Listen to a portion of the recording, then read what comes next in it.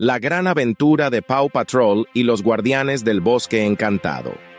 En una noche estrellada, Ryder y los cachorros de Paw Patrol fueron llamados a una misión especial. El bosque encantado, hogar de criaturas mágicas y guardianes ancestrales, estaba en peligro. Una misteriosa neblina oscura amenazaba consumir el bosque en una noche eterna, y solo los guardianes del bosque sabían cómo disiparla.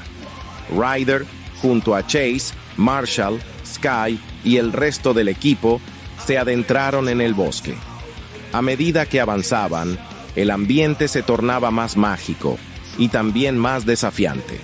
Los árboles parecían susurrar secretos antiguos, y criaturas misteriosas los observaban desde la oscuridad. De repente, un zorro mágico, uno de los guardianes, apareció ante ellos y les explicó que necesitaban encontrar las 3 gemas de la luz para salvar el bosque.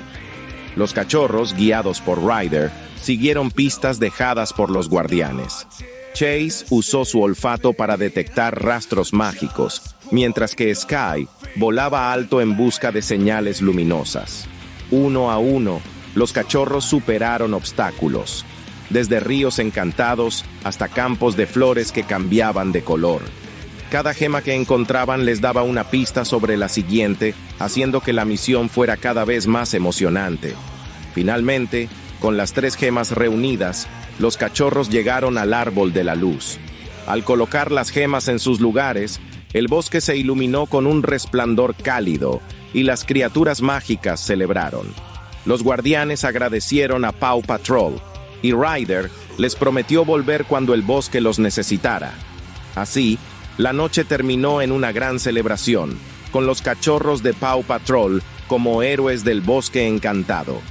La misión había terminado, pero la amistad y el valor que mostraron esa noche siempre serían recordados.